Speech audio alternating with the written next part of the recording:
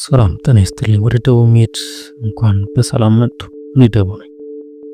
ውስብስብ የሕክምና ርዕሶች ወደ ተግባራዊ ምክር እንከፋፍላለን። በሳይንስ የተደገፈ እውነታውን እናካፍላችኋለን። አብራችሁ ቆዩ። ዛሬ ስለ ድንች እናወራለን። ድንችን በየዕለቱ ብንመገብ ወይም ብትመገቡ በሰውነታችን ላይ የሚያመጣውን የጤና በረከቶች አብረን እናያለን። እንቀጥል። እንግዲህ ድንች በሚሊዮን በሚቆጠሩ ማህበረሰብ ዘንድ የሚወደድ በአመጋገብ ባለሙያዎች የሚመከር ርካሽ በሁሉም ሀገራት የሚገኝ ነው።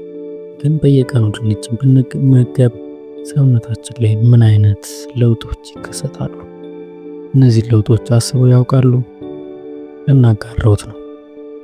እንግዲህ ከሁሉ አስቀድመን ቻናላችን ላይክ እና ሰብስክራይብ በማድረግ ይጀምሩ እንላለን። እንቀጥል። አንደኛ፣ ድንች ፈጣን የኃይል ምንጭ ነው። ድንች በሰውነታችን ተወዳጅ የኃይል ምንጭ ነው ሲባል በውስጡ ያሉት የተወሳሰቡ ካርቦሃይድሬት የበለጸገ ሲሆን ይህም ስታርች ወይም ደግሞ ስኳር በትንሹ በመነጣጠል የያዘ ነው። ይህም የሳይንስ እውነታውን ስናይ አንድ መካከለኛ ድንች ወደ 26 ግራም ካርቦሃይድሬት ያቀርባል። ይህም ከሙዝ ጋር ብናወዳድረው ከ1 ኪሎ ሙዝ ጋር እኩል ነው እንደማለት ነው። በሁለተኝነት ደረጃ ድንች በውስጡ ከያዘው ብዙ ንጥረ ነገሮች የተሞላ ሲሆን ከነዚህ ንጥረ ነገሮች ውስጥ ድንች ቫይታሚን ሲ፣ ቫይታሚን ቢ6 ወይም ደግሞ ቢ6፣ ብረት፣ ፖታሺየም እና አንቲኦክሲዳንት እንደያዘ ይህም በሳይንስ የተረጋገጠ ነው ማለት ነው። እንግዲህ አዲስ ጥናት እንደሚያመላክተው ከሆነ አንድ የወይን ጠጅ ቀለምና ቀይ ዝርያ ያሉት ባለቀለም ድንቾች የወይን ጠጅ ያላቸውና ባለቀይ ቀለም ድንቾች የጸረ ባክቴሪያ መድኃኒቶችን ወይም ደግሞ እብጠትን ለመቀነስና የኦክሳይድ በሰውነታችን የሚፈጠረውን የኦክሳይድ ንጥረ ነገር በመቀነስና የሰውነታችን ኦክሲጅን እንዲያገኝ በማድረግ ይታወቃሉ። በአራተኛነት ደረጃ በድንች ከሚሰጣቸው የጤና በረከቶች ውስጥ የምግብ መፈጨት ጤናን ይደግፋል።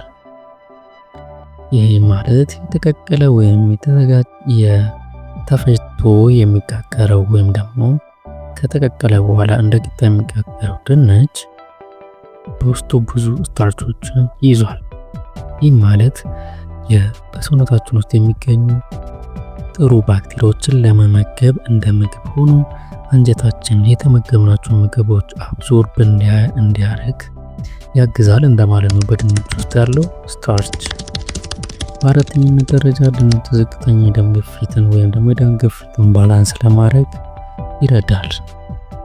እንዴት የደም ግፊትን ያስተካክላል በተባለ ድንች ተፈጥሯዊ ፖታሺየም ምንጭ ነው። ይህም ማለት የደም ስሮችን ለማዝናናት ሶዲየም በሰውነታችን ውስጥ የሚገኘው ሶዲየም ሚዛን ለመጠበቅ እና የደም ግፊት ለመቀነስ ይረዳል ማለት ነው።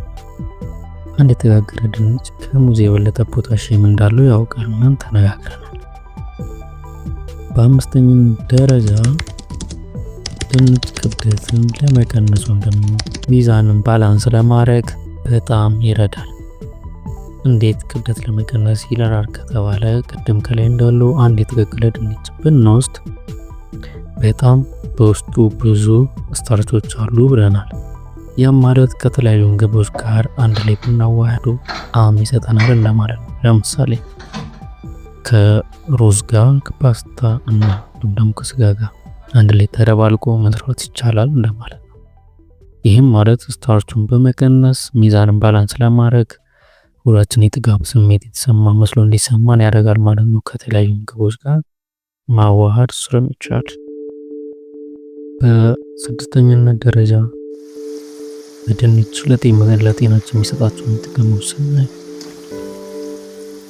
ድንች በውስጡ ከያዛቸው ጥልቅ ካርቦሃይድሬቶች ውስጥ በያዛቸው ስታርቾችን በተጨማሪ በምናበስልበት ጊዜ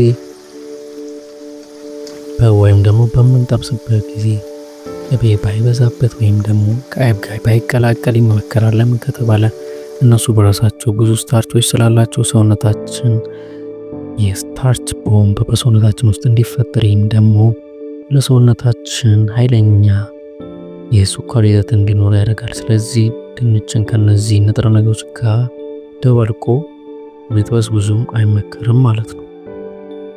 ይህ ማለት ብዙ በጣም የተጠበሰ ድንች መመገብ ለሰውነታችን ጠቃሚ አይደለም። ብዙ የተጠበሰ ድንች መብላት ክብደት ለመጨመር፣ ኢንሱሊን ደግሞ እንዲጨምር ደግሞ ከልብ ችግር ጋር የተያዘ ሰዎች ደግሞ ካለብን ከነዚህ ከጠብሶ መጠቀም ማለት የልብ ጤናን ያዛባል ማለት ነው። በሰባተኝነት ደረጃ አስገራሚ የቆዳና የአንጎል ጥቅሞች አሉት።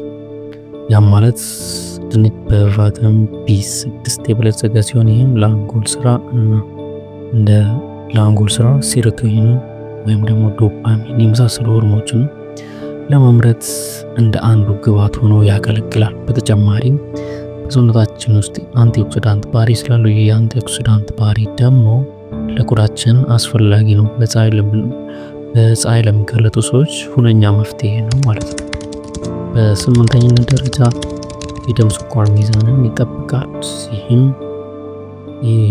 ሲባል ድንች ለምሳሌ የተቀቀለ አንድ ድንችን ብንወስድ በውስጡ ያለው ብዙ ስታርች አለው ብለናል። ይህም የደም ስኳር መጠን እንዲመጣጠን ከመጠን በላይ ካልበሰለ ማለት ነው። እንዲሁም ደግሞ ሬትሮዝ ተጽዕኖ ይኖረዋል። ያም ማለት በሰውነታችን ውስጥ የሚገኘው የደም ስኳር ግሉኮሱን ባላንስ ያደርግልናል፣ በውስጡ ያለው ስታርች ማለት ነው። በመጨረሻ ድንችን በየቀኑ መብላት ይጠቅማሉ ከተባለ አዎ፣ በትክክለኛው ከተዘጋጀ የተቀቀለ ወይም ደግሞ ከመጠን በላይ ያልበሰለ ድንች ከሆነ እንዲሁም ደግሞ አብረን የምንቀቅላቸው በስታርች ያልበዛባቸው ከሆነ ለአንጀት ተስማሚ ኃይል የሚሰጥ ነው።